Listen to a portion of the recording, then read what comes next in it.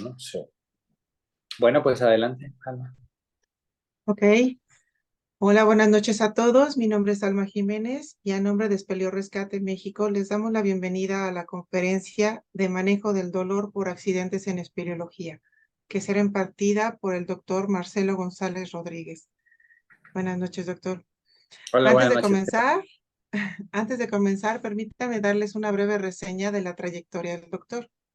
Fue paramédico de la Cruz Roja Mexicana de 1986 a 1988. Estudió medicina general en la Universidad Autónoma de Nuevo León y ginecología en el Instituto Nacional de Perinatología y es coordinador estatal de RM en Yucatán.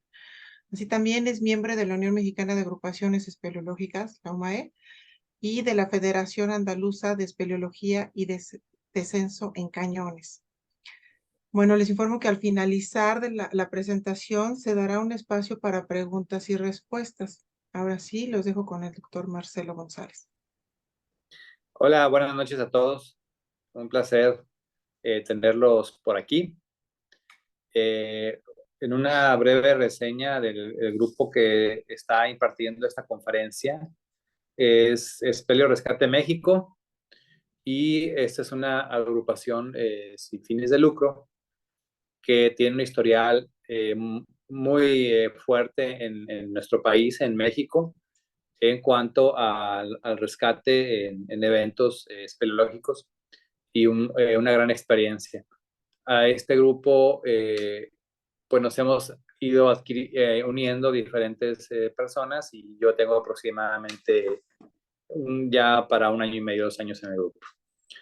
El día de hoy vamos a hablar sobre un tema muy importante en la logística de un rescate, que es muy amplia, es muy compleja. Ustedes lo han visto incluso en accidentes internacionales. Es algo muy complejo, pero vamos a hablar de un punto en especial, un solo punto. Y es el manejo del dolor en los accidentes que se pueden presentar dentro del protocolo de manejo. ¿Cómo pasó mi pantalla? Sí.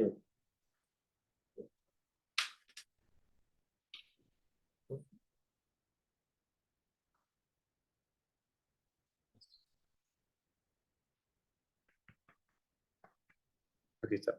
Entonces, el tema es manejo del dolor por accidentes en espeleología, y yo soy el doctor Marcelo González, como ya me han presentado oportunamente.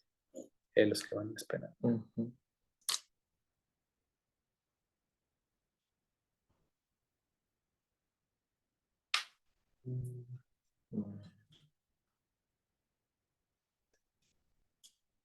Está.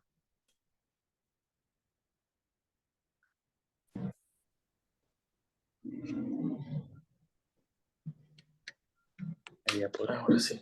Ok.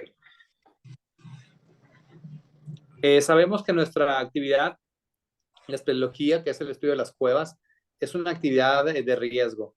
Es una actividad en la cual tenemos que tener una preparación muy específica para minimizar la posibilidad de un accidente. Sin embargo, estos pues pueden presentarse. Y conforme la gruta sea más larga, más profunda, con mayor... A ver si la ven. Ya la ven.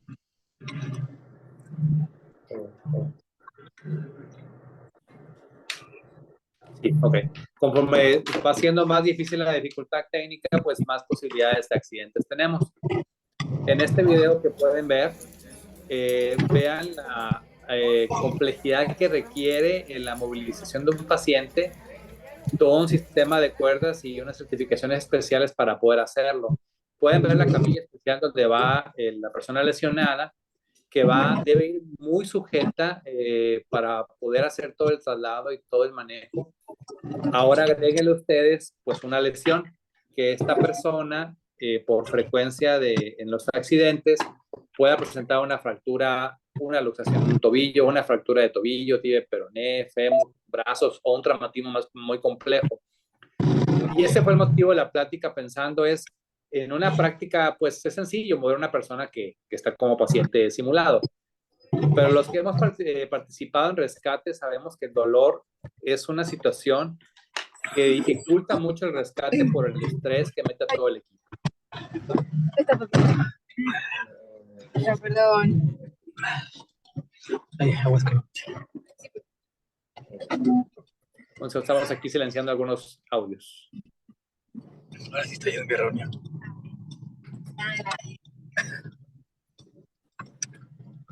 Bien, para esta plática tenemos varios objetivos.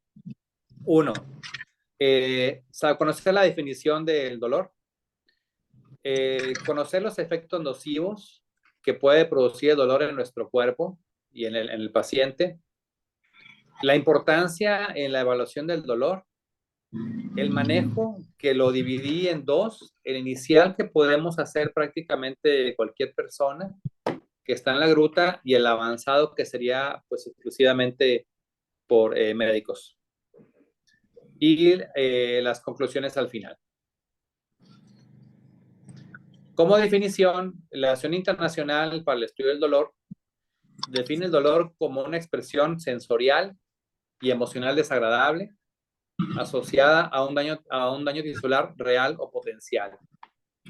Resaltaría donde menciona un daño tisular porque es el problema principal que va a causar toda la secuencia de daño. Dentro de los efectos nocivos del dolor, comentamos, en todo traumatismo va a haber dolor. El problema con el dolor es que produce una serie de respuestas neuroendocrinas y metabólicas que pueden afectar la estabilidad hemodinámica de un paciente, acelerar el deterioro clínico o incrementar su mortalidad. ¿Qué quiere decir esto? El dolor es situado inicialmente en el sitio de la lesión, va a producir una serie de cambios que va a ser una respuesta masiva, una respuesta generalizada, y esto va a producir dolor en otros tipos de receptores de dolor. El aumento del gasto cardíaco quiere decir que va a aumentar la frecuencia cardíaca del paciente, el consumo de oxígeno, y más en un área restringida en la que puede estar, vasoconstrucción periférica, aumento de la producción de insulina. En un paciente que es diabético, por ejemplo, se va a elevar las cifras de glucosa y problemas inmunológicos. Entonces, esto principalmente el aumento del gasto cardíaco, la ansiedad, el aumento de la frecuencia respiratoria, va a ocasionar que el paciente se deteriore de una manera rápida. Su respuesta a los estímulos de dolor cada vez va a ser más catastrófica y el dolor puede tornarse insoportable. Esto producirá angustia, fatiga y estrés en el equipo, porque imagínense que es tu compañero el que se lesionó y sabemos que un rescate de ese tipo puede durar horas, días, puede durar días. Entonces el saber que va a tardar mucho la extracción, el dolor de movilizarlo, pues va a estresar mucho al equipo que esté a su lado. Entre más intenso sea el daño, más intensa será la respuesta y las reacciones hasta alcanzar un nivel máximo. Si esto es intenso y prolongado, desencadenará una serie de respuestas fisiológicas que son peligrosas en pacientes con reserva limitada. ¿Qué le llamamos una reserva limitada? Pues aquel paciente que ya es hipertenso, que es diabético, o por ejemplo ahora que tenga secuelas de COVID, que tuvo un cuadro de COVID y su capacidad ventilatoria no es la misma, y pues bueno, hace espelio y llega a tener algún problema.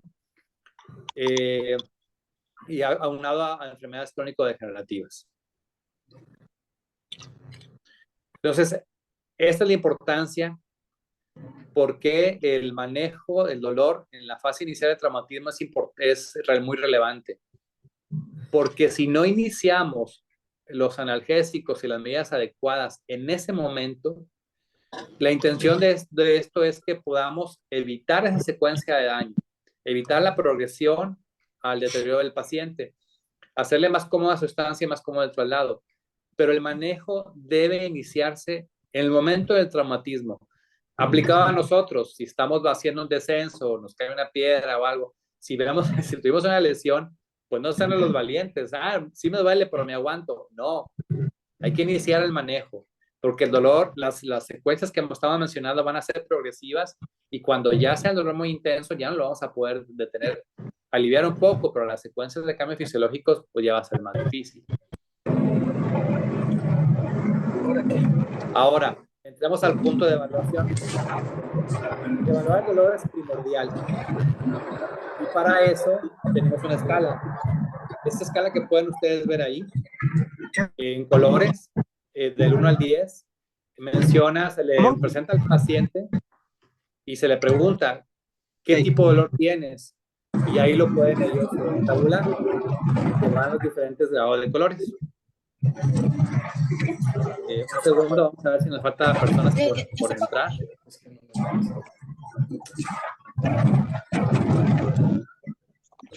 Apaguen su micrófono, apaguen su micrófono. No dejan oír. Respondamos al micrófono.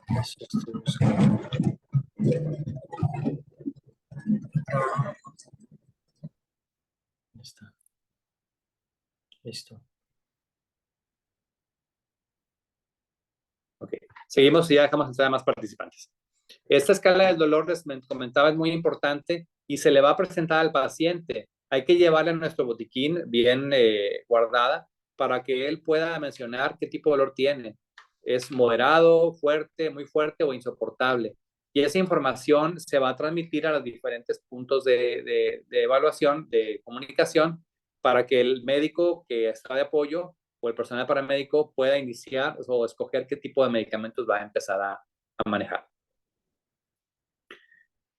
En esta lámina pueden ver, esta es la escala que usan nuestros compañeros de Espelesocorro francés y tienen una parte específica en la evaluación de primer contacto donde va la escala del dolor, la pueden ver ahí en la parte inferior, solo que le falta las caritas de intensidad de dolor. Yo le agregaría eso, ¿no? O tenerla a la mitad parte. Esto quiere decir que la evaluación del dolor es súper importante. Saber cómo está, en qué condiciones el paciente. Es tan importante evaluar el dolor que en la medicina de trauma se le considera el dolor como el quinto signo vital. Sabemos que hay 4 signos vitales que se checan de inicio: la presión arterial, la frecuencia cardíaca, la frecuencia respiratoria y la temperatura corporal. El dolor se agregó como un quinto signo vital, pues porque depende de la vida. Hay personas que se mueren por dolor. El dolor va a afectar todos los demás signos vitales. Ok, ¿qué dice? No.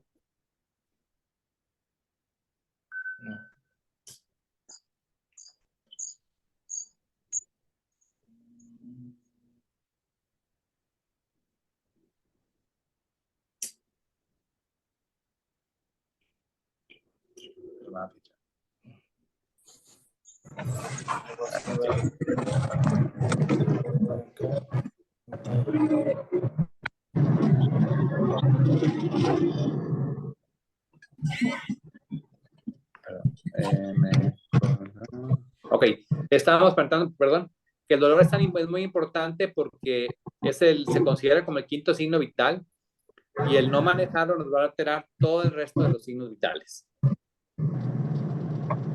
En este video pueden ver dentro de las técnicas que se usan en el transporte, nuevamente resalto cómo va utilizado, cómo se hace en un lapso el transporte. Todos esos movimientos, los que somos paramédicos sabemos que producen mucho dolor. Y si vas a estar colgado en una cuerda y si vas a estar en espacios muy cerrados y va a haber manejo de cuerdas, pues obviamente va a ser más intenso. Ahora pasemos al manejo del dolor. Es muy frecuente que el dolor no reciba tratamiento o no reciba los medicamentos adecuados. A eso se le llama oligoanastesia.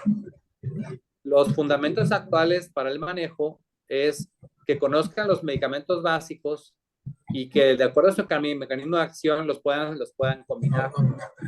Hacer una combinación de los medicamentos potencia el efecto de ellos, reduce el uso de opioides y el bienestar del paciente es mucho más importante.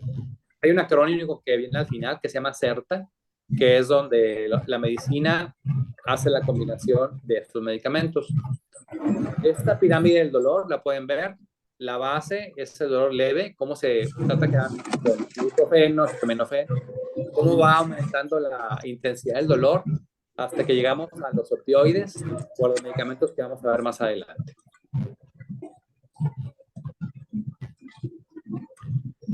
Empezamos en cuanto al mecanismo de acción. Esta es la parte que es muy relevante para que lo tengan en sus anotaciones y botiquines.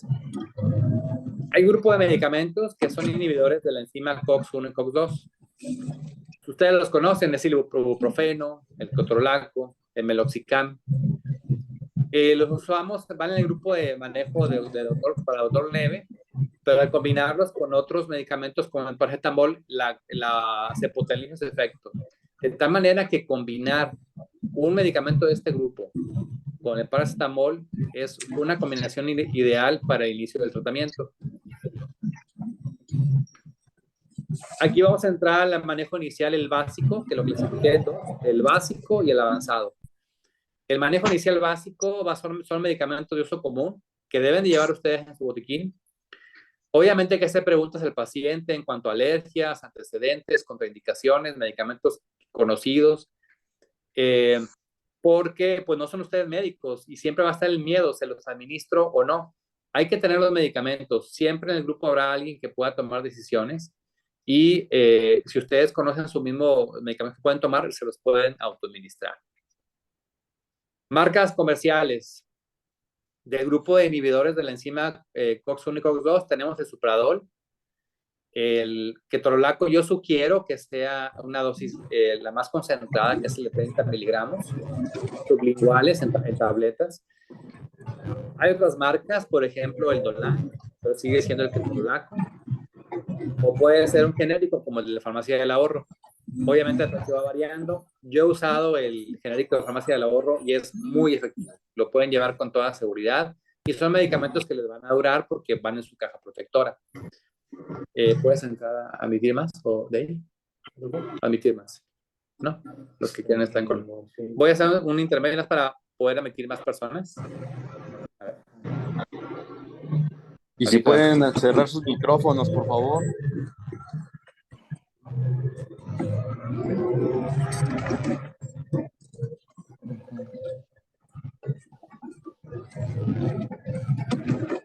Vamos a cerrar algunos audios. Por favor.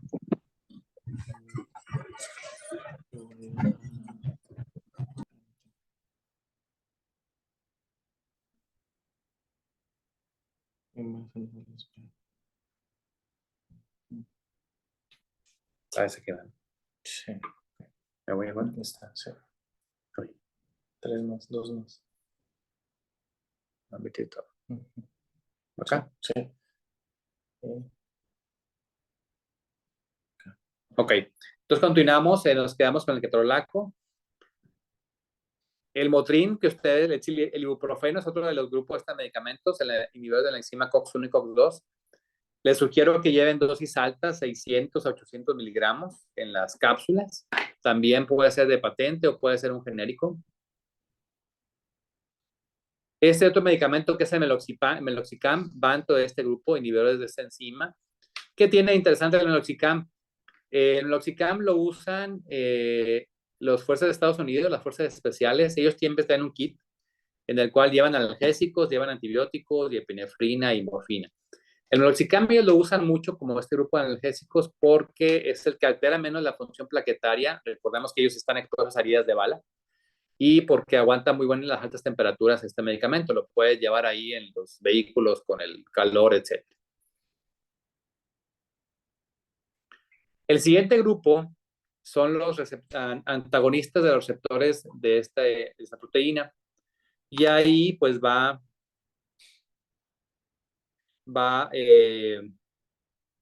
el acetaminofén o el paracetamol, depende del país en el que se conozca. Nosotros lo conocemos como paracetamol. Bloquea los receptores que mandan señales de dolor.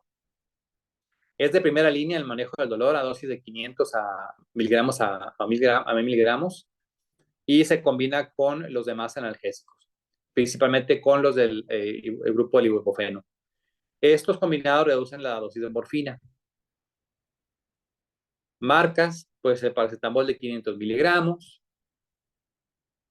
El Tilex, ese es el que más me gusta, y de preferencia de patente, de 750 miligramos.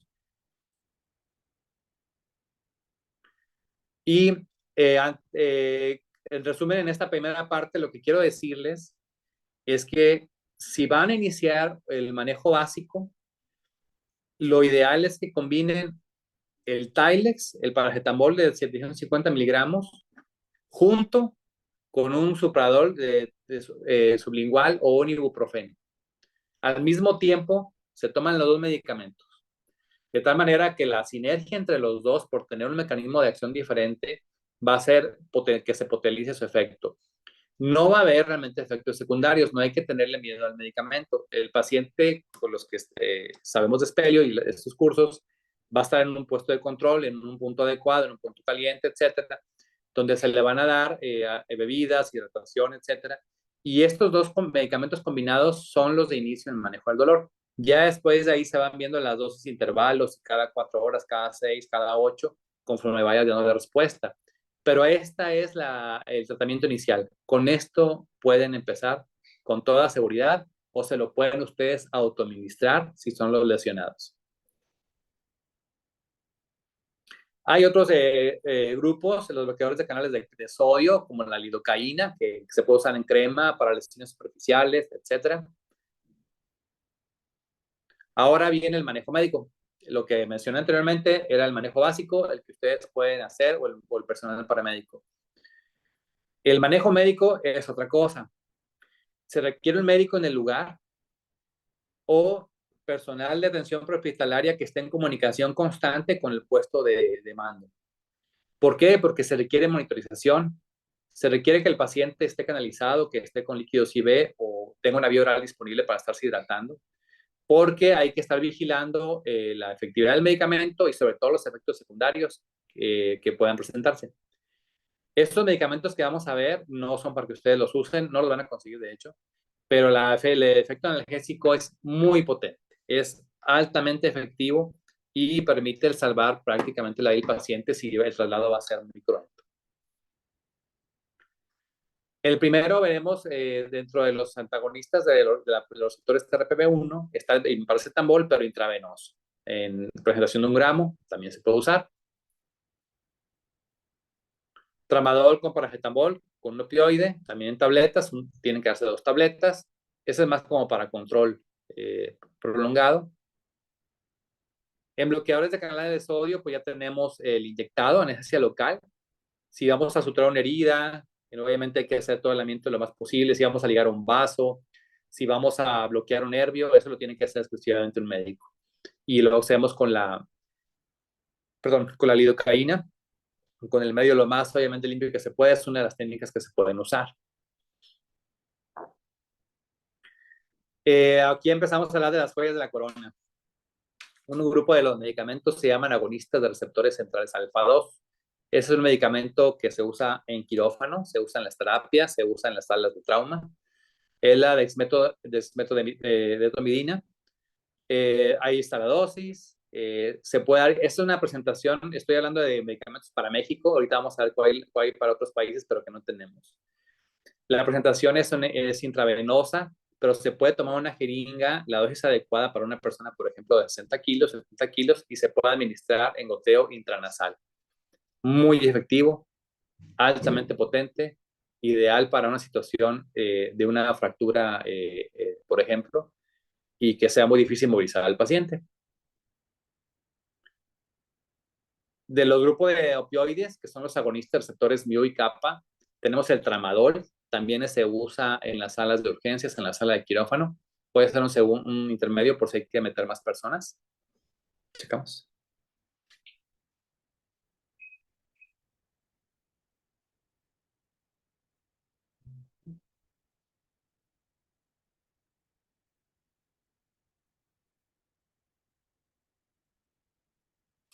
Ok. Vean esta presentación del tramadol. Es un frasco pequeño, es en gotas. Se calcula la dosis de acuerdo al peso. Se va haciendo la conversión y es bioral. Son gotas que se van dando bioral. También muy, muy, muy efectivo. En casos en que tenemos que escalar la analgesia, también otro opioide, que es la buprenorfina, ahí le vamos aumentando la complejidad porque empieza a haber más riesgo de efectos secundarios, principalmente la depresión respiratoria. Este medicamento se administra vía subcutánea. También se calcula la dosis como está ahí y se va dando la administración. La morfina, que todos hemos escuchado, pues lo es de las últimas opciones porque aunque es muy potente, su efecto de represión respiratoria puede ser muy severo y el paciente pues, se puede complicar de manera importante. Los efectos adversos de los opioides son la depresión respiratoria, disminuyen un poco si se van vía subcutánea. Las dosis son escalonadas. De todos los que he mencionado, las dosis empezamos por dosis bajas que podemos ir incrementando. Y otro efecto que tienen los opioides, como la morfina, pues es que pueden producir ansiedad. Prurito también. El prurito es muy característico. Hay un antagonista que es la naloxona, que han escuchado ustedes en las series de televisión, ¿no? La naloxona es un antagonista para tratar de la sobredosis de un opioide o revertir la acción terapéutica de un medicamento de tipo morfina que hemos administrado. Entonces, si usamos un opioide, una morfina, pues hay que llevar aparte la naloxona. Entonces, esto ya va siendo complicado el manejo, por eso exclusivamente por un médico. En otros países, por ejemplo en España, tienen una maravilla de medicamentos que nosotros no tenemos, que es el fentanilo. Y nuestras leyes han sido muy rigurosas, no lo tenemos a disposición. Son medicamentos que se usan para dolor disruptivo, es una clasificación en el manejo del dolor aparte, en pacientes que tienen problemas de oncología, de manejo crónico de un trauma, etc. Pero son muy efectivos. Esta presentación que pueden ver la usan mucho en España y es intranasal. Vean las diferentes presentaciones, 100 microgramos, 400 microgramos, y son muy, muy efectivos. Hay casos ya publicados, rescates que se han hecho, en lo cual ellos lo manejan y pueden manejar un paciente perfectamente en la extracción, pero no lo tenemos, no está disponible en México. También hay comprimidos que se pueden chupar, que se pueden estar administrando vía oral, igual con las dosis ir liberando poco a poco. No lo tenemos en México. Y este dispositivo también de fentanilo, que es en una tipo paletita que se va vía oral y son una maravilla, pero pues no lo tenemos. Entonces me voy a regresar un poquito para las personas que han entrado al final, para también como pues sirva de resumen. El manejo del dolor lo hacemos en dos niveles. El primero sería el manejo del básico, que es el que pueden hacer ustedes mismos, y se basa en la combinación de un grupo de este medicamento, el ketorolaco sublingual, en cualquiera de sus presentaciones o marcas, combinado con paracetamol. O puede ser ibuprofeno también, más paracetamol. Créanme que combinando esas dos presentaciones de medicamentos, el efecto inicial en el analgésico es muy potente, no debemos subestimarlo, da muy buena respuesta.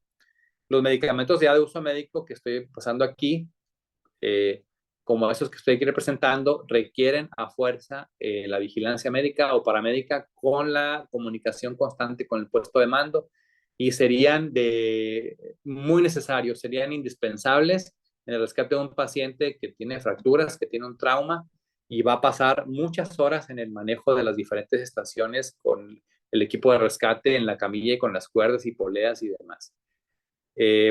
Sería muy difícil poder sacar un paciente sin una analgesia adecuada. El monitoreo que se hace es el monitoreo de signos vitales, tener una vena permeable, el manejo de líquidos intravenosos o hidratación constante. Ustedes supieron el caso de este accidente que hubo recientemente en el cual hasta transfundieron un paciente dentro de una gruta. ¿Por qué? Porque había médicos adentro. Y montaron prácticamente una sala pequeña ahí abajo y lograron salvar la vida del paciente. O sea que no es imposible. Bueno, pasamos para finalizar a las conclusiones. Les mencionamos que el dolor es el quinto signo vital Si no lo evaluamos, si no lo manejamos, va a afectar el resto de los signos vitales y el dolor mata. El dolor puede matar a un paciente. Yo en lo personal, en mi época de rescatista, sí llegamos a tener pacientes que perdimos por dolor, que estaban prensados en zonas en las cuales tenían un tráiler encima y no podíamos sacarlos. Teníamos que esperar una grúa que llegara 8 o 10 horas después, ni aún hidratando y todo. El dolor es terrible, el dolor te mata. El dolor produce efectos sistémicos que pueden causar la muerte del paciente. Es común que el tratamiento sea subóptimo por miedo a los medicamentos iniciales o, lo más importante, porque no estén disponibles. Que hagan toda una expedición, una exploración y los medicamentos pues no los llevaron o están caducados. Hay que clasificarlo adecuadamente. Los medicamentos de primer contacto, como ya se los mencioné, existen. Ketorolaco, meloxicam, paracetamol, ibuprofeno son los medicamentos ideales de primera línea. Son tratamientos efectivos. Los más efectivos pues, son los que requieren monitoreo médico, ¿no? Y los pueden ustedes guardar, por ejemplo, en bote estanco, llevarlos en una cajita aparte para que vayan protegidos. Otra conclusión es que debemos tener un botiquín adecuado. O sea, el grupo debe tener un botiquín bien montado, que tenga los medicamentos de primera línea. Algo que yo les aconsejo es, si ustedes se dedican al turismo o llevan gente a expediciones o en tu mismo grupo, el miedo es, bueno, llevo medicamentos, pero no soy médico, no los puedo usar. Hay que llevarlos. Porque entre el mismo grupo puede haber una persona que sepa de medicina o que sea un paramédico y la peor tragedia es que diga, sabes que no los tengo. Tú puedes decir, aquí los tengo disponibles, se puede hablar por teléfono, se puede tener comunicación, alguien lo puede autorizar o la persona o alguien más los puede administrar. De nada nos sirve tener conocimiento si no tenemos los medicamentos. Los medicamentos deben ir bien protegidos y no deben estar caducos. Es un botiquín, por ejemplo, de primer contacto, en el cual va los insumos y al final, por ejemplo, aquí en esta cajita que ven, pues ahí llevo yo los analgésicos, ahí se ve un paracetamol, el Tigre, se ve el ibuprofeno, se ve el ketorolaco sublingual y caben en un pequeño espacio. Hay que saber nuestro propio historial médico, si tenemos o no contraindicaciones para usar los medicamentos. Me imagino que alguno ha presentado algún accidente y saben que pueden pasar horas para que alguien llegue y lo peor es que puede llegar servicio médico y no traen medicamentos. Entonces, pues, ¿de qué nos sirve? Nosotros podemos usarlos si es necesario, pues pueden pasar horas para que podamos recibirlos si no los llevamos nosotros. Bueno, una valoración incorrecta de dolor llevará a un tratamiento incorrecto, a un manejo subóptimo. El tratamiento incorrecto desencadenará la aparición de los efectos nocivos del dolor y será más difícil la movilización de un paciente. La carga emocional que tiene el paciente y el estrés que le produce el equipo, créanme que va a ser muy intensa y puede producir accidentes en cadena, porque por el estrés de estarlo sacando y querer hacerlo rápido, pues nos va a llevar a cometer errores. El paciente podría deteriorarse en el trayecto aún con todos nuestros esfuerzos. Y si vamos en nuestro grupo de espelio o en las diferentes zonas, pues hay que tener personal médico de preferencia que domine técnicas verticales para que pueda apoyar, ya sea dentro de la gruta o en el centro de mando. Esto ha sido algo lento porque pues es raro que un médico se meta en unas grutas, pero pues ahí vamos saliendo, entonces es un apoyo muy importante para los grupos de espeleología y pues en Espeleo Rescate México estamos en esta formación constante. Hay que capacitarse, aquí estamos haciendo simulaciones de aplicación de medicamentos intramusculares, intravenosos, y no es tanto para que lo hagan, sino para que sepan qué equipo se requiere. Porque si va al botiquín y te están pidiendo material, no sabes qué es lo que la otra persona necesita, pues no se lo vas a poder brindar. Conocer todo este material, el manejo de vía aérea, hay que tomar cursos de primeros auxilios con el personal capacitado. Y bueno, pues para no quitarle más tiempo, llegamos al final. Esta plática pues fue originalmente propuesta para nuestro grupo de rescate, Espeleo Rescate México, pero pues lo hicimos abierto a la comunidad espeleológica que nos da mucho gusto recibir y algunos otros grupos que andan por ahí. Va a quedar grabada, la pueden ver después. Y Espeleo Rescate México les agradece mucho su atención. Espero que esta pequeña conferencia les haya abierto un poco el panorama de lo que tenemos que llevar obligadamente en nuestro botiquín, que tiene que estar disponible y que sí hay opciones para manejo de trauma fuerte entre las rutas, sí existe y pues tenemos que tenerla a la mano. Estoy aquí abierto un poco con problemas técnicos porque no soy muy experto en esto, pero para las preguntas. ¿Qué?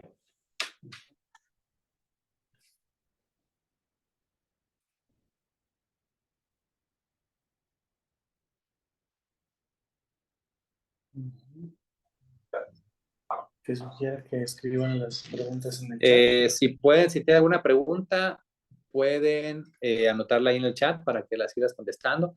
Los que se vayan yendo, felicidades, saludos a todos. Nos vemos en la siguiente.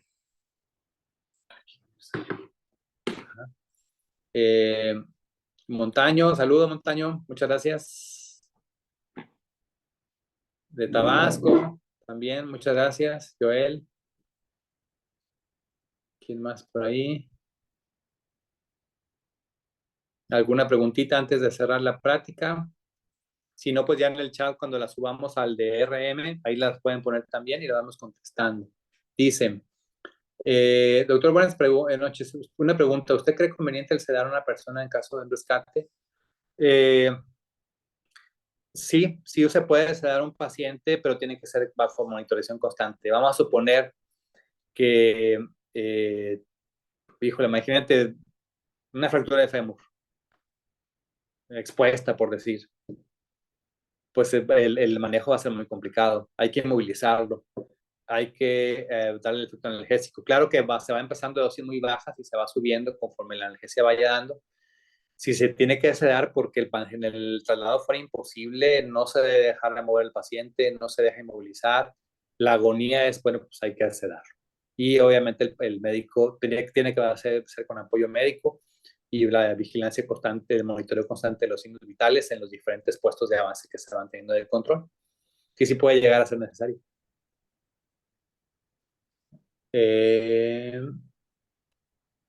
Una pregunta.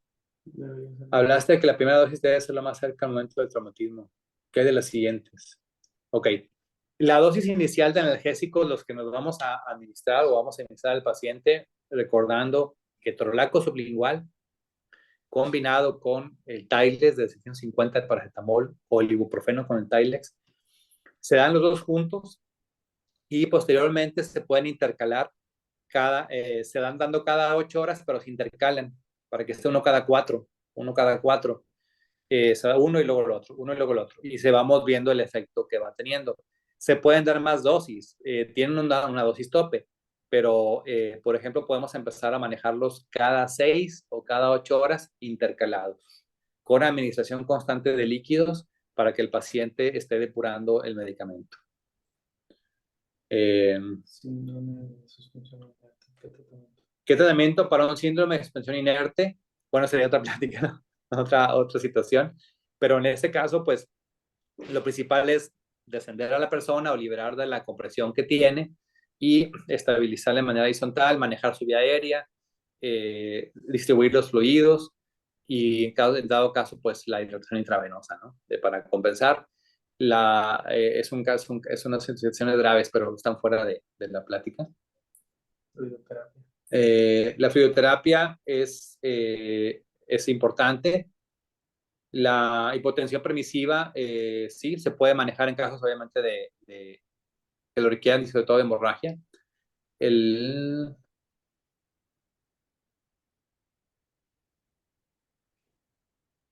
Héctor López, sí, depende de la clasificación que usemos. Y la escleta del manejo de líquidos, pues obviamente, solo que fuera una cuestión de terapia, pues podemos cuantificar los líquidos, pero pues no se puede, o sea, no vamos a poner una sonda Foley, ¿no? Sería un paciente que, o sea, ni siquiera tendríamos a la mano, ¿no? Eso podríamos cuantificarlo por el uso de paños, más o menos por las micciones, cuántas veces ha estado miccionando el paciente. Esto, obviamente, si estuviera inconsciente, ¿no? Eso no pudiera movilizarse, pero podemos usar ¿Personas que siempre o sobreempaca o no lleva servicio? Ya puse todos mis trajes de baño y mis calcetines aquí, porque entonces que vivimos en Ciudad de México Vamos a también. silenciar por ahí, una que está por ahí. Ya está. Ya quedó. Me excedí un poco.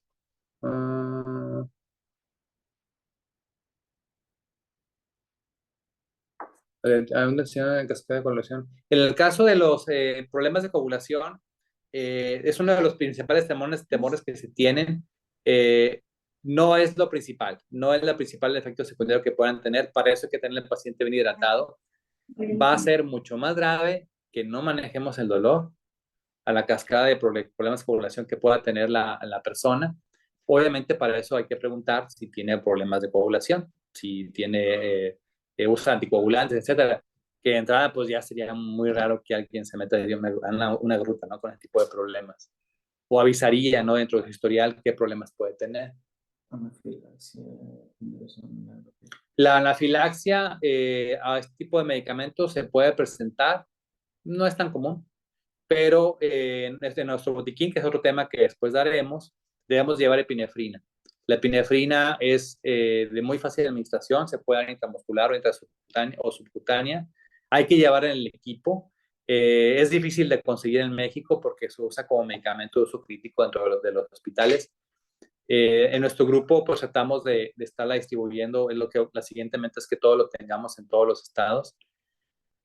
Una práctica posterior tenemos de anafilaxia que podemos dar, pero el uso es la epinefrina, sin miedo. Lo peor de la epinefrina, igual es otra cuestión, es que el paciente se va a poner mal con la epinefrina. No, si tiene una anafilaxia y no das la epinefrina, se te va a morir el paciente. Hay que usar la epinefrina. En México, una ampolleta de epinefrina vale 15 pesos. ¿Ok? En Estados Unidos, la que te vende muy bonita, pues valen dólares, ¿no? 100, 200 dólares, ¿no? En México se consigue de una manera muy barata. Pues, ¿qué medicamentos? No. Ok. En el caso de la ansiedad del paciente, me emprendieron por aquí el manejo de la ansiedad, pues dos cosas. El paciente va a tranquilizarse o va a ayudar al hecho que está alguien ahí. Dentro de los protocolos de ACB y de manejo, tiene que haber alguien con él, hablando constantemente para que esté confiado, para que esté consciente de ser realista con él, qué tiempos faltan de extracción, que la gente lo está ayudando, pues a través de la tranquilidad de primer contacto. De hecho, se selecciona dentro del equipo de rescate una persona que puede estar con él y se va rotando con el tiempo. En cuanto manejamos el dolor, la ansiedad va a empezar a disminuir. Se quedó uno que era aquí arriba estaba. Pues creo que son todas, ya lo mencioné. Por ejemplo. Pues son todas, las redes sociales son de nuestro grupo del Despegue Rescate México. Ahí estará la plática, ahí nos pueden seguir compartiendo preguntas, haciendo preguntas. Y pues por cuestión de tiempo, les mando un saludo y terminamos la charla. Muchas gracias por su presencia. Continúo, bye. Bye bye. Ya.